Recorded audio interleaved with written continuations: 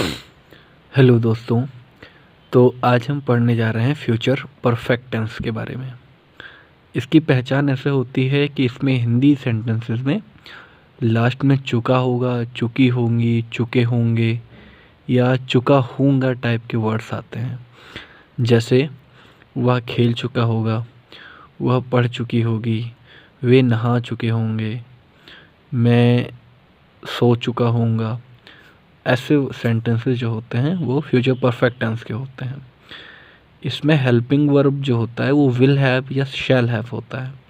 अब आप जानते हो कि shall have, shall maximum, shall mostly I और वी के साथ लगता है और बाकी सबके विल ही लगता है। तो यानी वही चीज़ होगी कि उसके साथ विल हैव लगेगा। कहीं कहीं पे वी वगैरह दे के साथ विल लगता है, कहीं कहीं शैल। तो ये आप अपनी बुक में देख करके जैसा उसमें हो इसी के अकॉर्डिंग कीजिएगा। फिर नेक्स्ट है फॉर्मूला।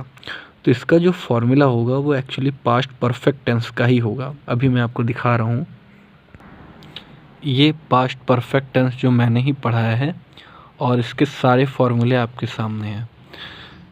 आप इसका स्क्रीनशॉट ले सकते हैं और लिख सकते हैं। इसके अलावा अगर आपको अच्छे से समझना है तो मेरी पुरानी वीडियो पास्ट परफेक्ट टेंस की ज़रूर देखिए। अब हम सीधे ट्रांसलेशन पे आते हैं और देखते हैं कि ये फॉर्मूला कैसे अप्लाई होता है। तो अभी यहीं पे हम देखते हैं कि जैसे फर्स्ट सेंटेंस है वह घर गया था। तो आप ये सोचिए कि इसका फ्यूचर परफेक्ट टेंस कैसे बनेगा। तो चुका होगा रखना है तो ये हो सकता है कि वह घर जा चुका होगा, ये ऐसे बनेगा, वह घर जा चुका होगा। तो सेम फॉर्मूला अप्लाई कीजिए। अब जैसे कि ये अफर्मेटिव सेंटेंस है, अब इतना तो आप तो अब तक समझ जाना चाहिए कि कौन सा सेंटेंस कैसे होता है, यानी सेंटेंसेस को पहचानना आपको समझना चाहिए। अगर आप अभी भी नहीं पहचान पा रहे हैं सेंटेंसेस को तो आप मेरी पुरानी वीडियो ज़रूर देखिए, जो कि मेरा टेंस पे फर्स्ट वीडियो है प्रेजेंट इंडेफिनिट से। उससे मैंने सब्जेक्ट, वर्ब, ऑब्जेक्ट सभी कुछ बताया हुआ है और उसी में मैंने अच्छे से अफर्मेटिव सेंटेंस, नेगेटिव सेंटेंस, ये सारी चीज़ें समझाई हैं। तो वो वीडियो आप लोग ज़रूर देखिए। तो अभी हम ट्रांसलेशन करते हैं अपना। तो वह घर गया था का होगा वह घर जा चुका होगा। और इसमें सबसे पहले क्या है, सब्जेक्ट, फिर हेल्पिंग वर्ब। खैर इसको हम देखते हैं। अगर फॉर्मूला सेम अप्लाई होगा तो आप ये चीज़ समझिए कि इसमें सब्जेक्ट सेम होना चाहिए, वर्ब सेम होना चाहिए, ऑब्जेक्ट सेम होना चाहिए। सॉरी, तो इसमें सिर्फ और सिर्फ हेल्पिंग वर्ब चेंज होगा। तो यहाँ पे क्या होगा, शी विल हैव, ही और ही के साथ लगेगा विल, तो will have gone to home, यानी वर्ब और ऑब्जेक्ट तो सेम ही होगा। अब हम देखते हैं कि मैंने किया हुआ है। यहाँ पे देखिए, एक मिनट।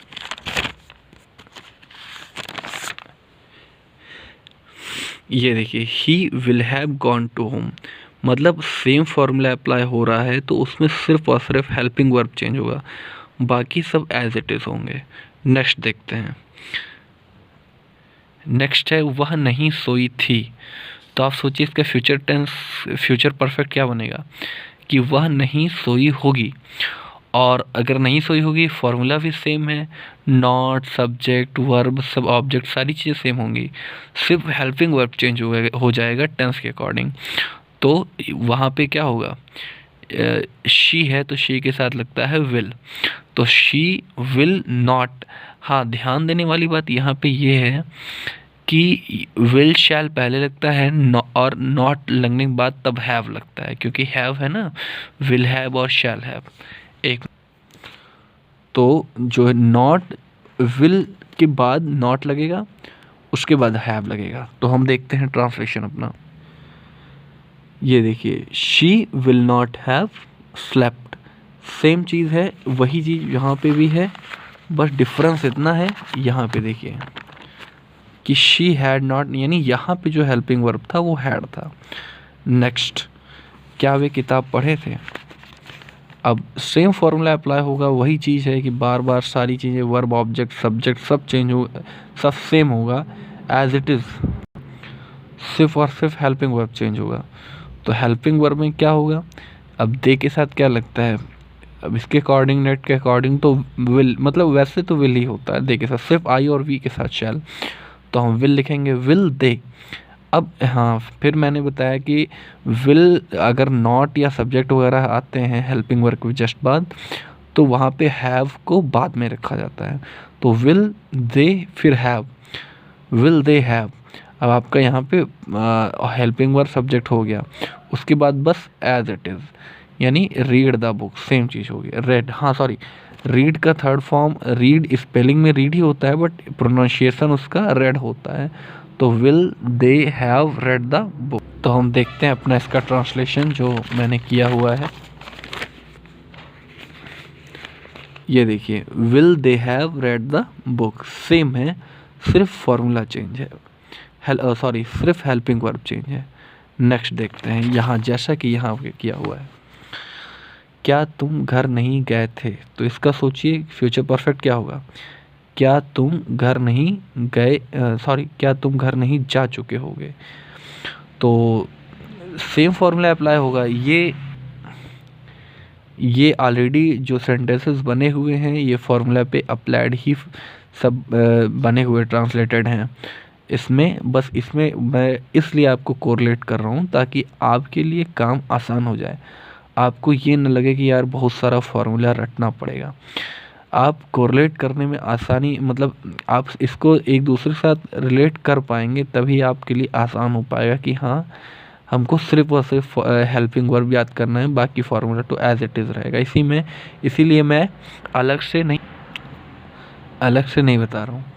तो आते हैं ट्रांसलेशन पे, क्या तुम घर नहीं जा चुके होगे, तो बस वही चीज़ है।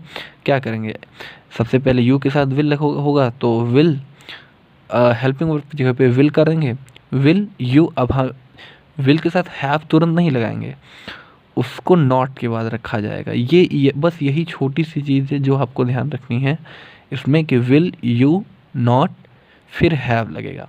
जैसे पहले में नॉट नहीं था तो सब्जेक्ट के बाद हैव लगा था, अब यहाँ पे नॉट भी है तो नॉट के बाद तब हैव कीजिए। तो विल यू नॉट हैव, बस बाकी as it is gone to home. तो देखते हैं हम अपना ट्रांसलेशन। ये देखिए, will you not have gone to home. और हाँ, एक चीज़ है, चुका होगा चुकी होगी के अलावा भी इसमें गए होगे, ये चीज़ें भी हो सकती हैं। और सॉरी, मैं इसकी पहचान में बताना भूल गया था, जैसे मैंने सिर्फ चुका होगा चुकी होगी यही सब बताया था। तो इसमें ऐसा भी हो सकता है, वह सोया होगा, वे गए होंगे, लिखा होगा, पढ़ा होगा, नाचा होगा, हंसा होगा, लिया होगा, दिया होगा। ये मतलब ये वर्ड्स भी लास्ट में हो सकते हैं। और मैंने इसके इंट्रो में इसकी पहचान में ये चीज़ मिस कर दी थी, तो वो मैं अभी बता रहा हूँ। तो नेक्स्ट फिर है, मैं फुटबॉल क्यों खेला था। तो इसका फ्यूचर परफेक्ट सिंपल चीज़ है, मैं फुटबॉल क्यों खेला हूँगा होगा, खेला हूँगा, मतलब जैसे खेला होगा, खेले होंगे, ऐसे खेला हूँगा। तो सिंपल चीज़ है, सब एज इट इज़ रहेगा, सिर्फ और सिर्फ हेल्पिंग वर्ब चेंज होगा। तो हेल्पिंग वर्ब आई के साथ शैल लगता है, तो वाई शैल आई। अब जानते हैं विल हैव शैल है होता है, तो सब्जेक्ट, अगर सब्जेक्ट है तो सब्जेक्ट के बाद हैव लगाइए, अगर सब्जेक्ट नॉट है तो उसके बाद हैव लगाइए। तो why shall I have played the football, यही होगा। तो हम देखते हैं अपना ट्रांसलेशन। तो यहाँ पे देखिए, अभी जो मैं बोल रहा था, why shall I have played the football, मतलब वही ट्रांसलेशन है, बस हेल्पिंग वर्ब चेंज हो रहा है, वही फॉर्मूला है, बस हेल्पिंग वर्ब चेंज हो रहा है। और थोड़ा इसमें अरेंजमेंट ये है कि शैल विल पहले लग जाता है, अगर उसके बाद सब्जेक्ट है तो हम सब्जेक्ट के बाद हैव लगाएंगे, अगर नॉट है, सब्जेक्ट नॉट है, तो उसके बाद हम हैव लगाएंगे। नेक्स्ट, अब जैसे यहाँ पे है, तुम बाज़ार क्यों नहीं गए थे, तो इसका फ्यूचर परफेक्ट होगा, तुम बाज़ार क्यों नहीं गए होगे। और इसके बाद जब आप इसका ट्रांसलेशन देखेंगे तो सेम चीज़ है, फॉर्मूला सेम रहेगा, सिर्फ और सिर्फ हेल्पिंग वर्ब चेंज करना होगा। तो यू के साथ विल लगता है, तो वाई विल यू नॉ, अब देखिए यहाँ पे सब्जेक्ट भी है नॉट भी है, तो उसके बाद हम हैव लगाएंगे, यानी why will you not have फिर gone to market as it is. तो अपना हम देखते हैं ट्रांसलेशन इसका। हाँ तो देखिए, why will you not have gone to market.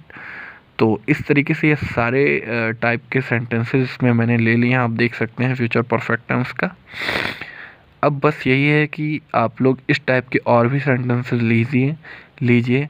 Formula सब सेम है, जो मैंने बताया वो पास्ट परफेक्ट का ही होगा, सिर्फ हेल्पिंग वर्ब चेंज है, तो उसको भी ध्यान में रखिए। जैसा जैसा मैंने बताया है उसको कीजिए। और सबसे बड़ी चीज़ है इन चीज़ों की एक्सरसाइज। जितना ज़्यादा आप करेंगे, अभ्यास करेंगे इसका, उतना ही आसानी से ये चीज़ आपको समझ में आ जाएगी। अगर आप सिर्फ सुन करके छोड़ देंगे, वीडियो सिर्फ एंजॉय कर लेंगे, तो उससे काम नहीं चलेगा।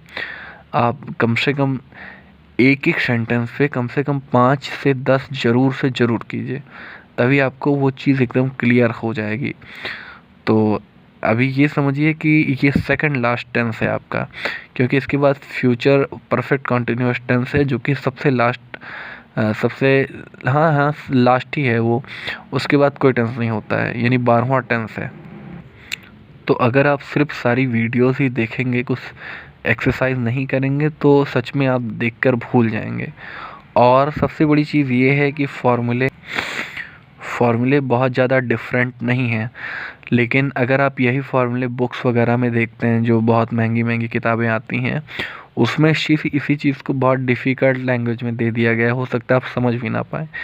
लेकिन मैंने इसको बहुत सिंपल वे में आप लोगों के लिए रखा है कि आप और अच्छे से समझ में आए। और जो फार्मूला एग्जैक्टली यानी 100% सेम है, उसको मैंने लिखा ही नहीं है। जैसे इसमें मैंने फार्मूला नहीं लिखा, इसमें आपको सिर्फ पुराना देख के समझा दिया है, ताकि आपको भी आसान लगे कि हाँ पुराना फार्मूला है, सिर्फ हेल्पिंग वर्ब चेंज करना है और थोड़ा विल हैव शैल हैव का अरेंजमेंट ध्यान रखना है। तो ये चीज़ें आप ज़रूर से ज़रूर मेहनत कीजिए, अच्छे से पढ़िए और इंग्लिश इम्प्रूव कीजिए। और अगर मेरा वीडियो आप लोगों को अच्छा लगा हो तो लाइक कीजिएगा, मेरे वीडियो को शेयर कीजिएगा अपने दोस्तों को, ताकि वो भी अपनी इंग्लिश इम्प्रूव करें। और जो भी टॉपिक्स आपके पास हों पढ़ने के लिए, वो मुझे कमेंट सेक्शन में ज़रूर बताइए। और कोई प्रॉब्लम हो तो कमेंट सेक्शन में या मेरे व्हाट्सएप नंबर पे आप ज़रूर बताइएगा, जो कि डिस्क्रिप्शन बॉक्स में हो सकता है आपके। इसके अलावा मेरा चैनल सब्सक्राइब कीजिएगा। Thank you.